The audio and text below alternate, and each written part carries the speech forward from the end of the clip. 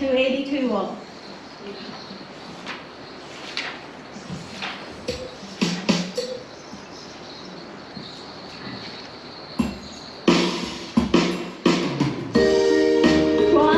không bỏ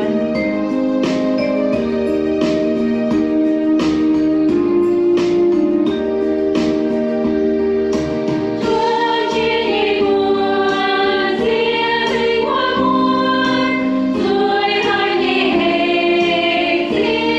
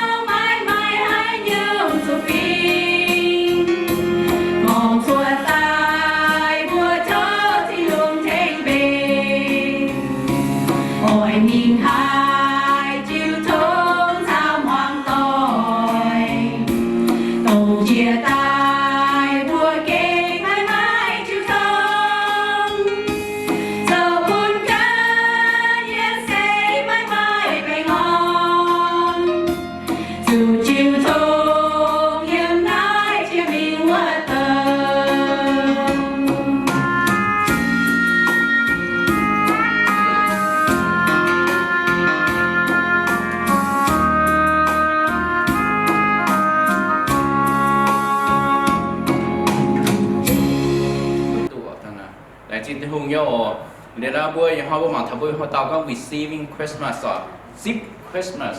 Vậy dù chỉ ta tại ý chỉ nó là bà con buổi tròn trên hiếu nào nó thảo là Christmas buổi tròn trên hiếu buổi tròn trên hiếu thì buổi giờ bền buổi như hiếu ta chỉ là Christmas thì buổi tròn chứ như buổi giờ bền trên nhà lý do là buổi giờ ở zip Christmas buổi zip Christmas thìยังbuổi mèn ở zip Christmas buổi tôi bền tôi tròn tôi zip mà hàng buổi tôi tròn trên hiếu chế buổi như chịu bằng tôi tròn hiếu chế buổi như béo buổi tôi prepare buổi tôi bền đi maiของขวัญphải ở my present phải my tiếng phải mà tiếng là song buổi béo và song buổi church phải buổi tôi bền giang buổi như hiếu bền giang buổi mèn buổi tôi song giang phiếu giang buổi mèn lý hỏi buổi zip chiếu thịt bùn zip Christmas zip chiếu Giêsu yếm buổi như mèn buổi zip chiếu Giêsu yếm buổi như mèn buổi giờ tu không nhủ buổi cho xíu hàng buổi sinh Giêsu yên buổi xíu từ nãy như tròn ở hồ Christmas ở chia này Christmas yếu bữa chia tay bằng Facebook phải YouTube phải buổi yếu tôi nhận một sáng và nụ chia Christmas nhé một xiên cái thái buông này nếu bữa chia như nó phải mà không quan là bây giờ present nhỏ nếu bữa hăng buồn nó là phải nếu bữa buồn không quan tỏi nhỏ buổi như Christmas buổi sinh Giêsu na thì một cái lồng buổi dù nếu buổi có không quan nếu bữa xiên zip rồi bắt buộc không khoan miền là kèm của miền tôi hết phải mãi hám vào cái mà love mà nó love nó feeling phải nó lệ phải yếm bên nhà mẹ là vui lâu cũng vui số bố mày cái số sẽ yếm vô hàn số thì nhất ra sẽ phải yếm để là vui họ tập đó receiving Christmas. So the waiting is over. We have come to our Christmas celebration this afternoon. We started our Christmas since Thursday. Some of us drive down to Corning, but God bless us better. We didn't even have to drive down Corning, just drive down to Anderson and prepare us a cow. Bữa chúng tôi bền xiang bữa giờ tôi chúa xiang tôi cho hiếu bà y hoi sẽ thảo bữa chiều bữa nhé Christmas bữa nhé cho nhé hiếu bữa xuống tôi thảo Christmas nó sẽ hỗ thảo tại hoi bữa xuống tôi bữa bền xiang bữa nhé mèn bền xiang bữa chỉ bao bữa phiếu bữa chỉ bao bữa giờ thảo tại hoi y bữa tôi chiều bữa Christmas mà thầy bác bữa xuống bền bữa xuống chiều ta bữa xuống bền yếm Thursday này bữa xuống bền nhá bữa thầy bác bữa xuống máu chứ không bữa xuống mình đi Corning gió ngông tài chia bữa nhé Giêsu rất sạch xịp nóng và xíu thịt hùng nó bền tao không chụp bữa mình đi cô bữa xuống mình đâu thảo Anderson hắn tớ sẽ bữa thảo là bữa dấu lại thảo y hoi nhận thảo y hoi thịt hùng như phút bữa luôn bữa giờ sẽ cho bữa xíu thịt hùng bữa hoi thảo y hoi ta. Christmas is more than just about present. It is about the birth of Jesus. That's why we celebrate Christmas. Some might think Christmas is just about present. Putting tree in our house, buying present, giving to our children, our wife, our parent, our relative, our friends. But it's more than that. It is about the birth of Jesus, the birth of God here on earth. Christmas này ở Giêsu xuất hiện nha Christmas này có sắm kia buồn bùa tu trình nhẹ không khoan bùa tu không khoan sẽ lúng hay nhỏ hay hỏi gì buồn họ dùng quan mà không khoan buồn giờ hay cho hiếu hay hay thì đủ bắt cả sắm kia này Christmas này buồn xin với hiếu cho con Giêsu Giêsu bây giờ thịt hùng bây giờ tòng tía nhìn tu xuất hiện nó bằng kền nên tôi làm chuyện nó bằng kền nên tôi xuất sệ nó bằng kền buồn bùa thì hiếu năm hỏi Christmas này buồn như thịt hùng nên rồi hai nhà hám bùa. So God come in the flesh and God come to earth. That's what Christmas is. So Christmas nó chiếu thịt hùng nên xuất sệ nóเป็นบุปผาเมียนmàอย่ามาเสียห้ามบุญเนาะนี่ป้องนี่สิจุดห้างบัวนะป่าเมียนนะป้องจะยิ่งอยู่ป้องเมียนโซโตป้องเมียนมังเพียป้องเมาเนี่ยเจ้าป้องซาตานเสยหอย nia sa quang ding te chu nin hiu ding Christmas na pun sing chiếu thìn hung nin dìa na pam ken tai nin ham bùa nin dìa ta nin ham bùa chiếu thìn hung cho dìa na pam ken cho tiền của như suy mà tại bá mà sang hồ nhà có nhưng bữa sáng như su là sáng thìn hung là rồi nhú chiếu bữa như thìn hung phá thìn hung này có nin sấy bữa nhà ham bùa nin nhiều rồi nhú tại tí bữa như suy phá tại punish bùa bữa như chiếu thìn hung là niệm mai can con nín ta punish bùa nín ta cho cái này tí bữa suy nín ta bữa bùa hám nín ta chiều bữa như linh quân bùa tu hiện liu an xuân cho nín quay sự yếm chỉ con mà chỗ tỏ mình ở chỗ lê mình ở chỗ suốt nó hiệp quỷ mình bùa chỗ tài bùa chỗ mà suy nó bằng kền bùa chỗ khâu ở đây nín chia nó bằng kền nó xuất sấy nó bằng kền pun bùa mà Christmas ya pun bùa pa miền hải tu xích Christmas cho bữa mẹ đi bùa ăn hải tu hiện liu như xem mẹ ya hai tu hiện điều như sao này hiểm bún bún như mèn bún như linh quân hiện điều như anh hai mà làm hám họ so God is happy we can be here to celebrate Christmas but what God is more interested in is what Christmas means for every day of our life what Christmas means for us chiếu trên khu nghe hay như là bún bùa hát rồi này cho đi theo với Christmas trong một phần này bữa giờ về chứ bữa giờ hiếu chuyện này xuất sợi hồi nó bằng kền nên là hé nhẹ đi bao nhiêu có hé chia phải đi có tròn chia phải nên là buôn bùa phải buôn bùa hiếu phải Christmas đấy nên xuất sợi nó bằng cái này chia nó bằng cái này mai hắn nhung ele buôn bùa đã hại như xong mai hắn nhung meaning buôn bùa đã hại như xong bùa ship này xuất sợi là thiện tới bùa phải mai hắn nhung ele buôn bùa đã hại. So how does the Son of God born in a manger 2,000 years ago change your life? How does Christmas change your life? Hăng nó xíu tình hùng nên như đồ ton nhìn xuất sấy ta cuối nhưng mà số y xin hẹn cho ta Christmas nó thiếu mà nhé mẹ xíu tình hùng nó thiếu mà nhé mẹ nhìn xuất sấy là bùi như mẹ nó thiếu miếng bùi như bàm kê nhé nó thiếu miếng bùi bàm miếng như mẹ nó thiếu miếng. How does it change? What does it mean to you? What did God born in this earth? He come into this earth. Why would God leave heaven and come to the darkness of earth as Jesus? Why? So nhu tin hu như nè quảng như xía trên tin tòng ninh lén dìa nó bằng kê tung mà suy mà hoài dù mà sa tá nhân cho nó bằng kê như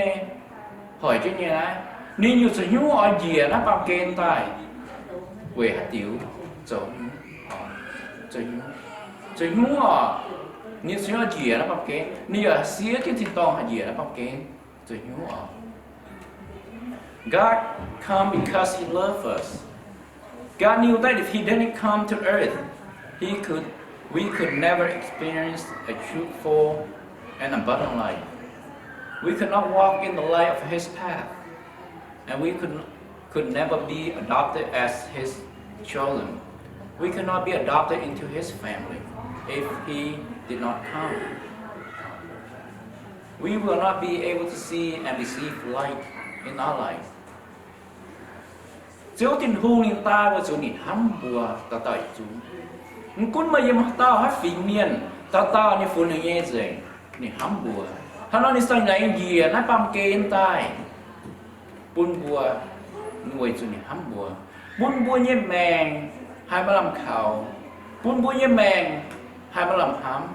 bún bùa như linh buôn hắn chủ dao bún bùa như mèn mà trong hồ bút quang chủ như dây nàn phải quang chủ như dao phải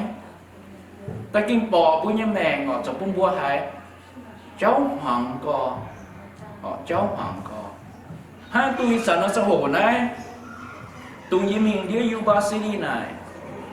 mình xuống nhà nào có mình thần đi đọc bèn là kinh mồ quán dần chỉ cho cái mỏng quật bố bụng chứ tam bộ nếu chứ là cái hà mỏng tôi cô dạ dâm lá thần nó dùng mà tôi đâu là cô ok vẫn búa nhưng mà hiểu mà quật bữa như mẹ phải háng mà sao hồ quá hay mà sao người cháu mà hoài cho kim bò có bùa kèn sầu có bùa mà làm khảo có kim mặn mặn bùa đó đàn sao con chiếu thiên hưu nín gì nó bằng kê nín sầu bữa như tăng bùa hai mặn bữa như mẹ bữa biết tôi nó sầu bữa giờ biết tôi nó làm nếu tôi nó ở yếm nó làm khảo vậy nín gì nó bằng kê bùa dạng hai thuốc bể này như miền dạng hai thuốc bể này nằm nhiềuถ้าฟังเมื่อเช้าที่ดูนิ่มเหยียนะปอมเกณฑ์บัวสู่อย่างลิ้วตาต่องเนี่ยเจ้าบัวสู่บัวมะลำเขานิ่มกว่าบัวใส่หนานช้ำหายปัดซาตานที่ปอกบัวช้ำหายปัดบัวเก่งมะลำเขามะลำห้ำหายยังบัวยังแมงนี่สารเหยียนะตายซิบบัวส่วนเป็นยังไง so when we receive Christmas we are adopted as God's children họ đã muốn xin sẽ có bùa hát sản một ship Christmas một ship siêu Giêsu một ship chinh hùng như bùa mẹ bùa dụng tốt bề này như nam nhiều một sản Yếm Johann sâu tới nhất trang cho nhẹ yếm có bùa in the book of John chapter 1 verse 12 tell us that but as many as receive him to them he gave the right to become God's children to those who believe in his name mà ship nín nhà xiên khảo nín what thế nín bún ma lấy bên trên hung như nam nhiều hả chỉnh nghe mềm như là bún bột hiếu tụi bột ship nhiều thế nín bún bùa ma lấy hay tụi bên như nam nhiều God love is that he want every person on earth every person here to be his children that's what is in his heart that is what his love is His grace is. He wants every single one of us here on earth, in this building right now, to be His children, to receive His love, His hope. Siêu tin hùng như ham siêu tin hùng như ấy, nên như bật diêu như ở bên bùa ta pa miền túc bề này nằm nhiều gì, cũng mà tao pa hai cô hai linh pa, hai phiên miền pa, như hàng tỏ như hàng cọ pa, nên ở bên bùa bề này nằm nhiều gì. Vậy dù ni là buôn ni hám bèo trong bùa như mẹ nó trong hồ, ni là buôn bùa mà làm khảo buôn bùa có giá gì trong hồ thọ nái khá là như đi buồn như hại ni là buôn bùa mình như bền sáng như tòng bị hiếu tôi hại nhé, ni là buôn bùa giá như xây nàn sắm hả nhá, giờ nó làm cái chuyện nó trong hồ ni là buôn ni hám bèo trong bùa, ni en bèo trong bùa, buôn bùa làm cái chuyện nó trong hồ. Như bèn hô hả nha, như rau hả nha, xây nàn bèn hô hả nha, chính nhận mà nha, như cái đồ tàu hả nha, đổ hả nha, lo nhận hả lò hô mói, rồi như cổ ta, như nó xấu, như nó cũng thiệt khăn, xíu thiên hô thì mới bền tệ, ở buôn mới làm khảo, với sự này hám buôn mới là lộn hại, nên bền xiang ní hám buôn mới, hát sản mới chút ship Christmas, hát sản mới chút ship nghìn, mới chút ship ní phú út sản à, chút ship ní hám như mới mẹ út sản à. So we must be born again, born of God's Spirit to become one of God's children. Hắn nó bùa dù con sang dùng chia và sang xuất sẽ sang bùa nó sang dùng chia nó sang xuất sẽ bùa sẽ ở chỗ tiếp giáo tình hùng đi bùa sang hết tất bên này nam nhiều bùa tất bên này nam nhiều bùa tất bên này chuối bên này ton bên này xía nếu nhé dùng bên này nhé tập bên bên nhé rình hả bùa thố dùng như tập bùn bùa giáo tình hùng như dùng như xây tai mà nhiều con những hai bùn bùa mai nhiều có bèn hô hải phái xây nàn chấm hải phái rau chấm hải phái kinh bò hải bùa phái nhu ta phan bùa ténh ni bùa ở chụp nhòm xuôi giống như sự hiện ở chụp xính ở chụp bèo ni mai nhiều so when we believe in Jesus and receive Him the Bible tells us we are adopted into His family and we receive all the benefit of being children of God. Buôn bùa tì hiếu kinh sôi bùa sang bùa nhé, ta pha bùa xiên bùa ship chéo chân hùng chéo Giêsu, tay yếm bùa trao quẩy bùa, tu ship những số bùa chiều xéo, bùa tu bề này nằm nhiều nhé, bùa tu bề này nhé, tung nhiều tung, bề này nhé, bùa bề bùa nhé, bùa tu ship, quẩy su của bề này chơi, hắn bùa số tông này nhé nó bằng kia nó nhiều bùa nhé, bùa số con hạ khấu, lo nhận là hạ nhận giàu mai nhà nông phái mai béo yên phái búa bền búa mái búa xâyแต่buôn búa chế nó chủ hàng buôn nó khâu nó chủ hàng buôn nó mà xây nản phái cái nàn như cháu phái họ Mùi nghe xíu thì mình bền dành tới những bùa. In the book of Romans chapter 8 verse 17 on, it tells us that if children, then heirs, heir of God,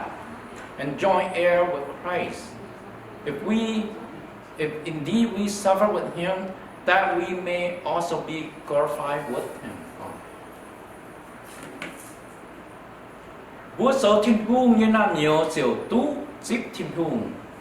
liều bún ni nhé bạch phí nhé phú, tông thiên hùng liều bún kỳ tù bùa yào ói cháo nín, chọn kiến xí bỏ, nát lộn chìa như phú thiên hùng về bùa. Tu như nhiều bùa như xíu như su như tu díp nhé, bùa yà tu díp ta phàm tu díp xíu thiên hùng cho bùa xíu à. Vậy su bùa xíu khấu hăng kỳ tù xíu khấu non, bùa yà ói tú quần nín, nhé chẳng làm. Bùa ỏi tú tài như rằng là bùa tú tài như rằng là nhìn sự quân bùa xíu như sự zip nó hiếu nếu như trên tông tiệp quân đi là hiếu bùa giờ phải hang nghe tôi zip hiếu phải hang nghe hang xíu như sự. So when we are adopted as children of God, we receive the same treasure as Jesus are. Tung hát sẵn bùa zip Christmas tung hát sàn sở ý sụt zip bùa bền nhẹ duyên chào nhị yếm bùa tốt zip dày như bùa sàng tiểu chất hùng tốt zip nhẹ và tập bền bùa như dày. When we receive Christmas we also receive life. Tung hát sàn bùa phải hang như bùa tốt zip Christmas này bùa zip sở ý sụt như bùa như mẹ này bùa ya hạt tốt zip mẹ my man, my life. Với sự bữa nào tôi xin mẹ, bữa tôi xin mẹ mà như tôi có bữa xin được chiếu như sự bữa tôi liệu nhé, xem mẹ. Bữa như đi quấn tụt tài, bữa đi quấn tụt sao, bữa nhé pam kê nhé xin, giờ đó bữa như đi quấn nhé liệu cháu bữa sáng tiệt rất thùng yếm, nín nhé đi yếm bữa giờ giờ đi yếm, nín yếm hai bữa giờ tới yếm hai. God has come in the flesh to bring life back to us. Xíu thì hùng nên cái hám bùa, nên hám bùa nên sản gì đó bao kên, bền bao miên tai, nên to giờ điều như sang mẹ bún bùa giờ điều hai thứ sản gì em, với chủ bún tôi giờ điều sang mẹ, bún hai thứ sản gì em, với chủ này em như tòng, này giờ điều em như tòng, giờ điều mai mẹ như tòng, bùa hát sản bùa tôi zip nhìn, bùa tôi giờ điều như mẹ, bùa tôi thảo bùa xíu tình nhiều. In the book of John, it tells us that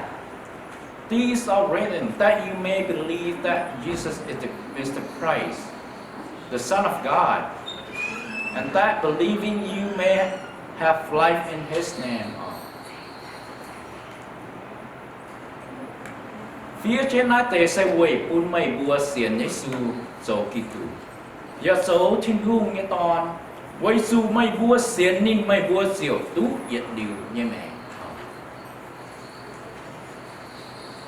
So God wants us to receive and experience eternal life. He wants us to live forever with Him in heaven. Xíu tình hù này ở bên tôi zip yết điều như mẹ. Giờ hãy tôi lồn yết điều như mẹ. Rồi hãy ha nó. Nên ở bên sau này yết điều như tu nên gì nó bằng kế là niệm duyên thì tao niệm bền chẳng duy hay những tòng quá nên nó muốn mua tu yếm nó tòng duy hay những tòng xây thiên tòng nên bền chẳng này yếm nó hàng soi the book John 3:6 we all know and we all heard it before. God so loved the world that He gave His Son and only Son that whoever believes in Him shall not perish but have eternal life. Yếm như hành sâu hám ta bùa ta hãy chia để hiếu ở trên hung độ nói hám bùa lùng điếm miền nên chính gió nên nghe độc to tai xây bùn nên bùa hãy ta xiên khảo trên hung như to mấy dụ nhiệt không bảo tú nhiệt liều như mẹ đã lùng hãy bùn bùa hát rằng bùa receive Christmas hát rằng bùa zip Christmas bùa sự tú nhiệt liều như mẹ đã trên hung như hám bùn thật bùa. God knows without Him we cannot live life to the fullest. We cannot have abundant life. And we cannot receive eternal life without Him. Because He is the source of all, the source of abundant life, the source of eternal life. Với sự xíu thì nu ni hiu ta bùa như mèn, bùa mai mai tuần yun như mèn sẽ có bùa mai nín, bùa mai hai mai bùa mà làm khảo như mèn sẽ có bùa mai nín như mèn. Hắn nói ni sang gì lắm mà kia là nín ở bùa bùa tú, giờ liu như mèn, bùa mai tú giờ liu như mèn ở sẽ có bùa mai nín, điểm chỉ là bằng kia. Với sự ni số giờ liu như mèn như còn đố, với sự ni số giờ liu làm hám như còn đố. Với số nhân số như điều mà làm khảo như còn đố, với số nhân số hám như còn đố, hắn nói nên chia tay, nên buôn như mẹ mà hám lời phật, buôn mà làm khảo hộp, buôn eternal life như điều như mẹ. Christmas come 2,000 years ago so we could experience His joy, His peace, and His love forever. That is the only reason He come. He did not come down here to punish you, to punish me. But He come down here to love you and me and give us eternal life, eternal hope if we receive Christmas in our life. Christmas ta y xin hẹn cho ta à, tôi y xin hẹn à, y xin hẹn như là bún bùa tôi mà bây giờ mẹ mà làm khảo mà làm hâm như bây giờ mẹ, giờ bún bùa hay tôi mày giờ liệu như hâm, giờ liệu như mẹ như bây giờ mẹ. That's a Christmas. That's a niềm tai nếu chúng ta tình muốn như suy, nhưng quả bữa khâu hài, nhưng quả bữa xây nàn khâu hài, quả bữa mà làm khảo lao hài á, quên cho ông lao hài á, hiếu muốn lao hài á, niềm tai, buồn bùa nên gì lại, ta phạm một ship Christmas, một ship nên thành một sọ, nên buồn bùa sọ màu, đầm tọt màu, xoắn màu, hổng chất xíu, quên tôi giòn. When we receive Christmas, we receive His light, and the light shine in the darkness, and the darkness will not be able to overcome it. Have you ever go somewhere in the wood at nighttime, hunting or camping at nighttime? You feel afraid. It's cold, right? Can't see anything. But as long as you have that flashlight or that candle, you could see. The darkness surrounds it, but that little light, you light it up, it cannot overcome that light. That's what Jesus says. His light is more powerful, more bright. It will never die. It's eternal light. Tung hát sản bút xích Christmas Chúa Giêsu nên nhé tăng nên nhé chẳng là những liu sáu bút yểm. Hin dành mai nhung hoảng mai nhung hoài nhé. Hãy cống tới bùi như mẹ, chiếu thì bùi như dàng hình chia dành. Sẽ có một mình camping chỉ một buổi chỉ lồng phải, mình sao chỉ lồng phải, mình kết chiếu sẽ sẽ mình camping sau hoàng tỏi sẽ sẽ hết đó sẽ lúc muốn dần, bữa tôi mình chỉ lúc muốn dần như toàn phải hoàng có nằm, có cầm dìa, có choáng, có bây giờ phải nằm, có choáng có. Bảo sẽ có một mà phải tăng, phải mà nó tiếng khải với tiếng nhưng mà nó tăng dàng một sự quạt ta, một sự làm khảo ta, mặc tốt quạt ta. Bảo bữa xíu thì hùng nhiệt giang, nhiệt tăng, nhiệt giang làm. Cậu giang kia nó phát tăng, cậu giang kia nó tiếng khải này. Với sự tiếng khải hạt tài, phát tăng đi hạt tài. Bảo nhiệt giang là nhiệt liu hai tài, nhiệt liu giang. Chịu cho nhiều người mẹ. There is only one way to eradicate darkness and evil and sin from our life. That is Christmas. There is only one way to eradicate all the sickness, all the situation that you're facing right now, the circumstance that you're facing right now. That's unfair. It's not right. Why do you have to go all through this? Only one thing could eradicate all of it. That is Christmas, your Lord Jesus Christ. Mai tụi tao hắn ngồi dịch nhiều hắn hay thẹn mây hay bang tốt mà nhẹ mía xìa xuất mình như mày mẹ suối bảng hoài như cháu tôi sợ bộ quang chủ áp mèn đã nắm bể nó xây nà đã nát xám nó mèn đã nát bèn đã nát hoa yêu chúng đã nát giàu nó làm khảo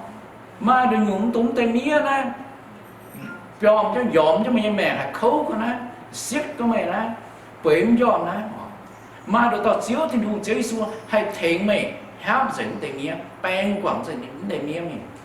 yên mày mẹ, cho bang quảng dẫn tại hoài như gì mày mẹ, sẽ có một dịp Christmas, if we see Christmas, it all will be eradicated. God wants us to be fully in His glory. That's why He gave us Christmas. Bữa sinh Giêsu miền giờ sinh Giêsu Giêsu hay nhớ bữa mà chơi ở mà ngoài ta bữa sinh nó tao ta kịp bang ta bữa phụng bữa những ngoài ở Giêsu hát tiêu ở giờ bữa mà bữa những cái sâu dân sinh dung sâu ở dân sinh dung sâu đó là giờ bé như sẽ tập phàm trang ở. So why do we as Christians, why do we want to dedicate our children to God? Why? So we go look at the book Psalm 127:3 say, children are a heritage from the Lord, offspring a reward from Him. Nắp bốn chim một thế hiếu nhỏ này, bởi nhiều nó có nam nhiều sẽ xíu phun ship như buồn, dùng tay như phải chuối bên nhẹ xin nhẹ quay su thì không quay su tao chuối dùng tay nhẹ sẽ buổi xíu xin nhẹ cũng thảo bùa, sẽ nhớ là bữa bên chuối tầm miền, còn là thường thường nghiệp chuối nên buôn bữa tối nó bằng kia nó mình thấy những cầu thì những tỏ nó chuối hô như như giờ miền ta phan bữa sản bữa miền với cái bao miền mà phải chuối ta phun bún nín cho bên như chuối rồi bên như buồn rồi như cầu cho thì như mắt thai sâu nên bữa bữa này có Jesus said, let the little children come to me and do not hinder them, for the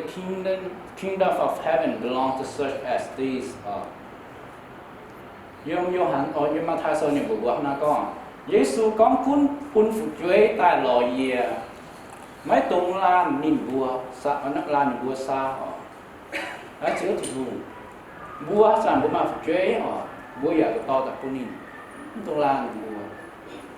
Yesu hay tao lồng trên hùng rồi. Chiếu punin quá tao sẽ hăng nát tệ chuối mà. Yếm nái họ. Hôm nay ở Deuteronomy 9 nè phải hăng nghe con. These commandments that I gave to you today are to be on your heart. Impress them on your children. Talk about them when you sit at home and when you walk along the road, when you lie down and when you get up. Ye hoi kêu pun mày bùa nái tệ lệ oi sụ lồng hiếu chẳng kiến. Ôi sụt chén dạo mày bùa như phục chuối hiếu tú nái tệ lệ. Mấy cuốn yếm cháu phải yếm chào xạ quế kia phải chia xin xuống ôi sụt quỳ chén yếm nó sẽ chiếu thì hùng tung bùa sẽ to phục chuối như thế này xa quỳ chứ ta chào cho phục chuối hô yếm như thế này nín quỳ sụt nhúng quỳ sụt. When the times came for purification rite, required by the law of Moses, Joseph and Mary took him to Jerusalem to present him to the Lord, our Lord Jesus. Trên Moses như lì lạc Maria xã ủy nghe hoi nhẹ thảo. Joseph thảo Maria siêu to, Giêsu mình Jerusalem sinh phụng bún xíu. When you still think who is here, na pang isin yang ni sa ho. Ni pam ke ni ma, ni pam ke ni ta Maria su Joseph. Ni bua ya to cái bua xíu Giêsu mình phụng quân trên hu.ถ้าเราบัวเสียนเสียวที่หงเงี้ยตาบ่มาเจ้าบัวฝงบัวเจ้าปุ่นที่หงเสวยนะปุ่นยี่เสียวที่หงนี่ตัวสุดฝงอ๋อบัวอยากไปหางเงี้ยสุดฝงส่วนเอยังฝงถ้าเราอย่างห้องลงไทยbữa tu nái Windy Meguy Celio tú phụng nghiệp tông miên giao quyền sao mấy quần nếu vui ta sẽ đi su như miên nếu vui ta sẽ đi su như miên con gì nó sẽ có gì lắm nó quần to là liền nó sẽ đi su không chờ nếu vui giống á chẳng thấy thật luôn đâu mà nếu vui kịp bằng này nếu mà cái sẽ như su miên ở đây nó quả nó tu chơi ta nó bây giờ chẳng là chỉ ham thằng bùa nó bùa do phụng nó bùa như chơi quân xíu thì cũng bây giờ nó hiểu có nó phụng nó chơi nó xây nó bùa giật bằng cái nhẹ tông miền thang không phải win đi nhé trên tông miền xây xíu thì cũng xíu xù hắn nói là chiến quân nó bùa ở phụng nó win đi quân xíu thì cũngแต่ฟังให้สมบูรณ์ปุ่นเจ้าที่คงเป็นเจ้าที่คงมีช่วย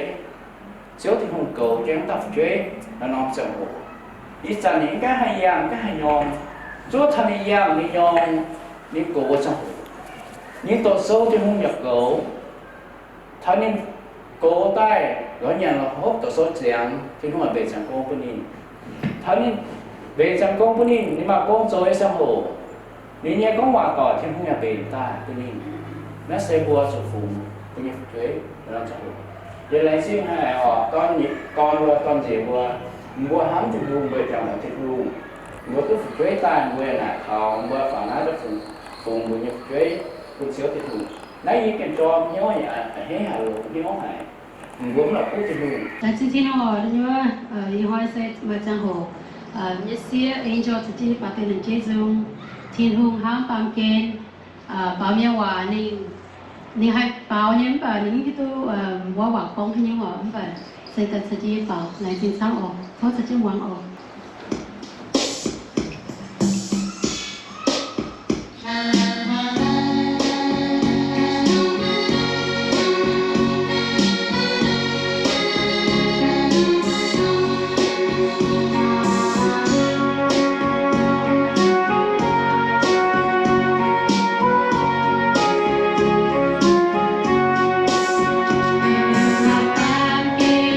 cho kênh Ghiền Mì Gõ để không bỏ lỡ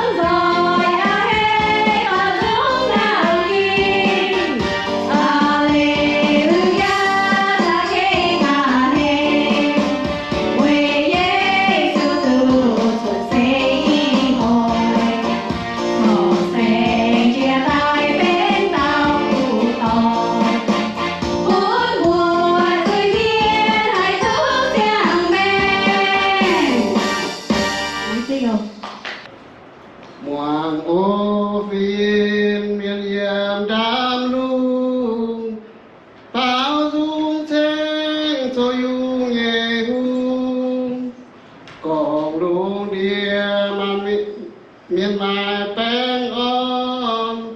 với gì tu thiên hồ nhẹ tòn ý ta nín lời gọi tin tòng nín chia ta nín ta yểm miền bù đô tin say mía lông rồi bao dung trên lòng nóng quận ạ nín ta yểm màn miền bù đô tin say mía lông rồi bao dung trên nái tao bèn ngọn nhẹ hu mà tin say yểm đam lu bao dung trên cho dùng nhẹ hu chỉ tu ya đang kia nhẹ tông thiên sai chan chan sen min con mình ta kinh mà mùa nhẹ chiều ý chan ya bên miền siêu khâu mang mai quan nhẹ chiên thiên hu ý chan mai quần xin bên miền ni mai mang phía miền địa tây cùng ơi dấu chẳng khổ cha ê mang ô thiên trái yếm đam đu bảo dung tranh cho dùng nhé hù yếm lung tai nhé bàng on hu cao lang chia ya chiêu chiên giang nín nhẹ giang cái miền giang kia nín nhẹ cha cho lung bèn miền nín chúa xây bùn miền mai tai xiên xiên nín chiều soi dung ta hai pha tin to ye liu yem quê nín chia ta về lên mà ô tin trái yếm đam đu bảo dung tranh cho dùng nhây hùng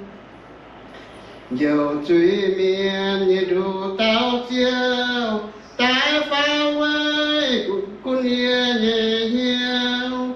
chun sa tan cho địa nhẹ hiu thánh ia bo nàng nhẹ gòn ia chúa sẽ choàng Adam hang khu mai bám suy nhẹ phiên phi thô bùi ia trong chiều Giêsu bùn miến cung hai mang qua chiều mà ô tin trái yếm đam đu bảo dung tranh cho dùng nhẹ hùng trên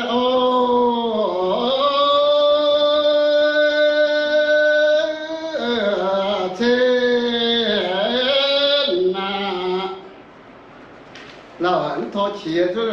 裤子，眼里那吉里有那，眼里那头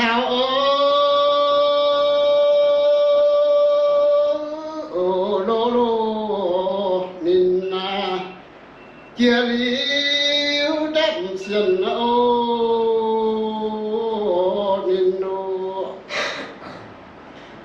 chiếu đi na chiếu na câu miền đi nhà phui ô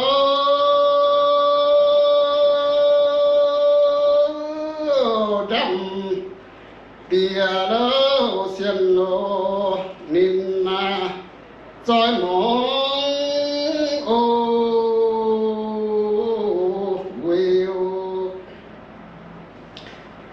xiên minh lá rồi mong chiếu cầu nhà choàng ô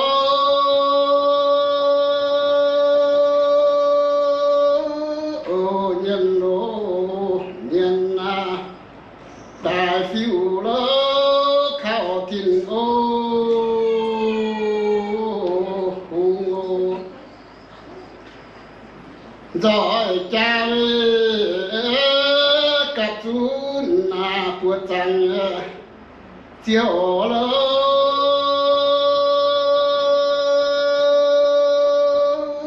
nên chia ở thiên độ hùng chuẩn sẽ ô chiều chiều chạy về mà độ ên chia xiên nhé quý ô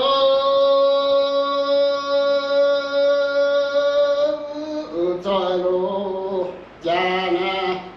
chít phu ô chia xiên ô ninh lô thiên hùng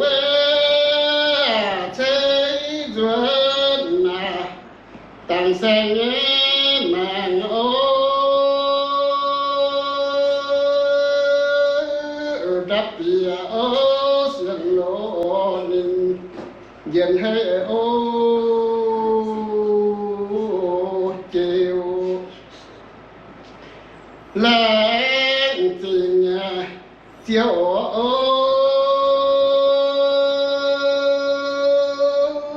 chia lô ninh chia phúi ở trong tổ nó yun nô quang kít nhà liu ô nam lô nam nhiều nhiều ô tụ bèn ô on lô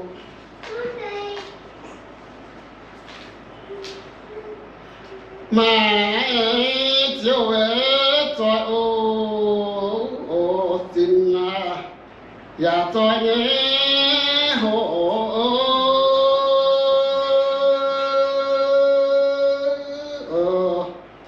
thao chiều lô bèn lô on ya thao tao lô tao chuyện nhé chiều ở phú phúc thế kia lô bàn nhiên tú siêu lô đã bia xiên ninh thìm chia nhà phú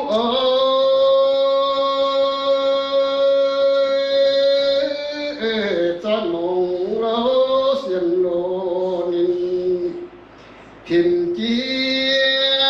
ô giang ô xiên ninh thìm chia mấy chẳng nhân nhé mạng ô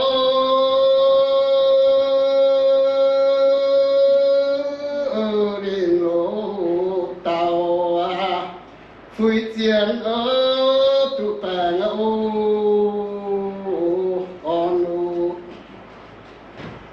nín tông vết chia lô mà na bèn phim nhé chiều lô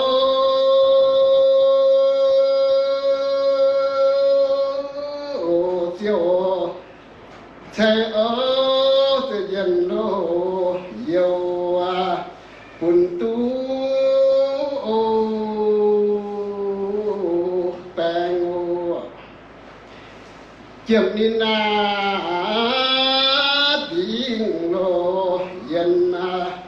bịa xiên nhé phui ô